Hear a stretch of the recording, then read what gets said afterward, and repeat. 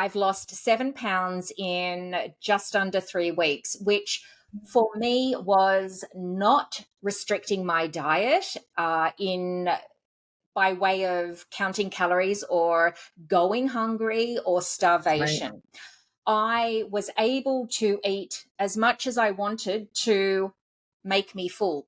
The funny thing was that after a while, after the first few days, I no longer eat between meals. I am able to sustain my hunger because it's just not there. The hunger has now gone from between meals, which I find is something wonderful. Can you explain why I wouldn't have felt so hungry?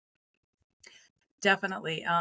Cutting out sugar of all the things my history of being a chronic dieter back in the day, out of all the changes I've ever done, the things I've ever tried, cutting out sugar made the biggest difference because, you just don't recognize how, besides all the hidden sugars, it is, when we're giving ourselves sugar all day and eating all these refined carbs and, processed foods, we have our blood sugar jacked up all day long. It's spiking, it's crashing, just like when people say certain meals with rice and things, how it's kind of a joke, 30 minutes later, you're starving.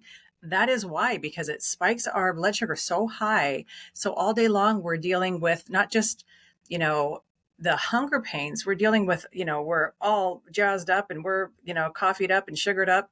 And then we crash. So our energy is down and it's up. And it just creates constant cravings because I just remember back in the day always going through all these, I'm a carb diet, all these different things.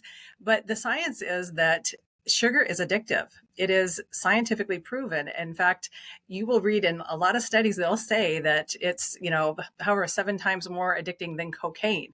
It's that release of dopamine when we get. And a lot of that's for comfort. A lot of it, that's a lot of reasons why we find that we eat for a lot of reasons other than hunger.